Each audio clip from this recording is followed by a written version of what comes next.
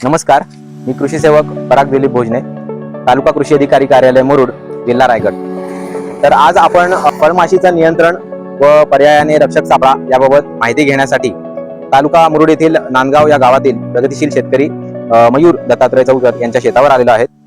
कोकणामध्ये एक प्रमुख व्यावसायिक पीक म्हणजे आंबा या पिकास गणलं जातं व या आंबा पिकाची जास्तीत जास्त नुकसान करणारी जी कीटक आहे ती म्हणजे फळमाशी।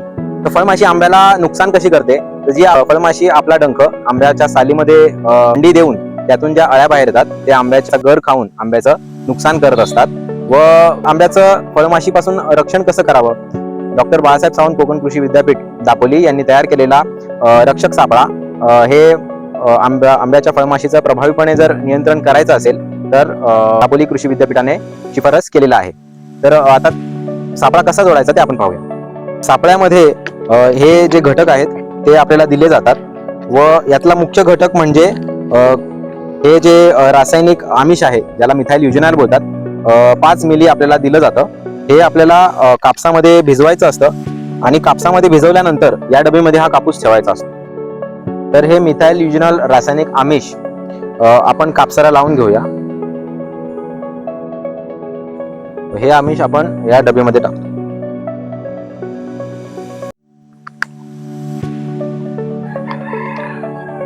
पूर्ण लावल्याच्या नंतर हे असं साधारण दिसतं आणि या डब्यामध्ये आपण साबणाचं पाणी घेतो। साबणाचं पाणी एक स्टिकर म्हणून काम करतं चांगलं आणि ही डबी साबणाच्या पाण्यात बुडणार नाही अशा अंतराने पाणी त्यात भरावं।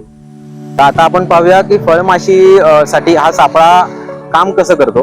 तर या सापळ्यामध्ये हे जे मिथाइल युजॅनॉल म्हणून रासायनिक आमिष असतं याच्या गंधाने जे नर फळमाशी असते ती आकर्षित होऊन या सापळ्यामध्ये अडकली जाते। मादी फळमाशीला मिलनासाठी नर न मिळाल्यामुळे त्यांची लोकसंख्या नैसर्गिकरित्या आटोक्यात येते। रक्षक सापळा आपण जो तयार केला तो साधारणतः 2 ते 3 मीटर उंचीवरती आणि हवेने पडणार नाही किंवा सावली राहील अशा दृष्टीने तिकडे आपण लावायचा असतो। तर सापळा हा किती वापरायचा आहे, तर साधारणतः 1 हेक्टरसाठी विद्यापीठाच्या शिफारसीनुसार 4 ते 5 रक्षक सापळे लावणं अपेक्षित आहे। तर हे कधीपासून लावणं गरजेचं आहे, तर साधारणतः जानेवारीच्या महिन्यापासून ते आंबा काढणीपर्यंत किंवा आंबा सुपारीच्या आकाराचा एवढा असताना आपण रक्षक सापळे लावले तर फळमाशीचे प्रभावीपणे नियंत्रण करता येते। या काहीशे रुपयाच्या सुरुवातीच्या गुंतवणुकीने आपण प्रभावीपणे हजारो रुपयाचं होणारं आंब्याचं नुकसान टाळू शकतो आणि ही सुरुवातीची फक्त गुंतवणूक आहे। रक्षक सापळा तुम्हाला पुन्हा पुन्हा वर्षानुवर्ष वापरता येतो। फक्त जे रासायनिक आमिष आहे ते तुम्ही विद्यापीठाच्या माहिती व तंत्रज्ञान केंद्र इथून पोस्टाने किंवा त्यांच्या ईमेलवर संपर्क साधून मागवू शकता। रक्षक सापळा जर घ्यायचा झाल्यास कृषी विद्यापीठाच्या माहिती व तंत्रज्ञान केंद्रात तुम्हाला साधारणतः 250 रुपयामध्ये एक रक्षक सापळा मिळतो व आपण इथे पाहू शकता की काही वेळापूर्वीच लावलेला हा रक्षक सापळा आहे। त्याच्यामध्ये या नर माशा ज्या आहेत फळमाशीच्या त्या आकर्षिल्या जात आहेत। तर रक्षक सापळा आपल्याला घरच्या घरी साधारणपणे जर बनवायचा झाला तर आपण नुसतं रासायनिक आमिष मागवलं आणि असं या ज्या टाकाऊ बॉटल्स असतात त्यांना ह्या बाजूला तुम्ही पाहू शकता होल्स पाडलेले आहेत आणि त्याच्यामध्ये आपण जर अशा प्रकारे कापसाला आमिष लावून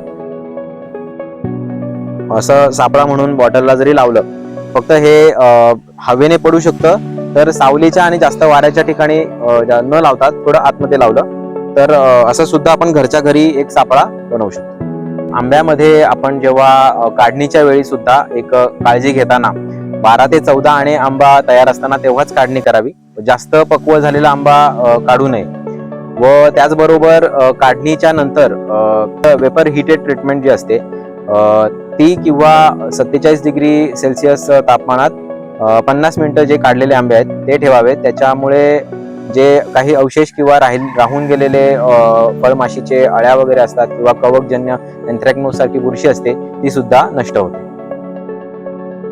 नमस्कार, आपल्याकडे कृषी खात्याकडून पराग भोजने सर आलेले आहेत आणि त्यांनी आम्हाला फळमाशीसाठी सापळा कसा लावावा आणि कशा प्रकारे आपण कीडनाशक किंवा कीटकनाशक न वापरता नैसर्गिक दृष्ट्या फळमाशीचं नियंत्रण कसं करता येईल त्याच्यासाठी हा सापळा आपल्याला इथे झाडावर त्यांनी बसून दाखवलेला आहे। तर मला आशा आहे की चांगल्या प्रकारे फळमाशीचं नियंत्रण या सापळ्याद्वारे करता येईल आणि आम्हाला त्याचा फायदा होईल।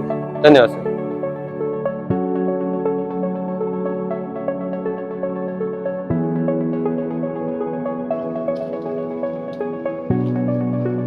तर आज आपण आंब्यामधील फळमाशी व रक्षक सापळा याबाबत माहिती घेतली. माहिती कशी वाटली आपण नक्की कळवा. चॅनलला लाईक, शेअर आणि सबस्क्राईब करा. तर मग आपण आपल्या आंब्याच्या बागेमध्ये रक्षक सापळा लावताय ना?